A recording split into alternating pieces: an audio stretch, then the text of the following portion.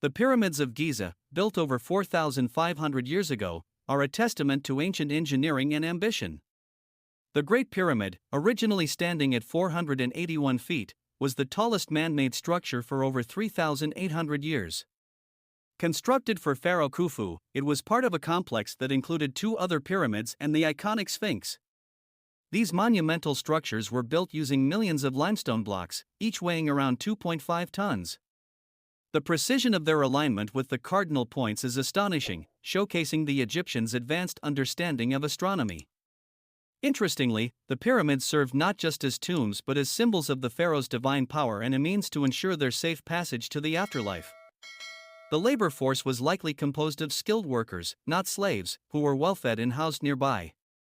Today, the pyramids of Giza remain a source of fascination, drawing millions of visitors each year, and continue to inspire theories about their construction and purpose.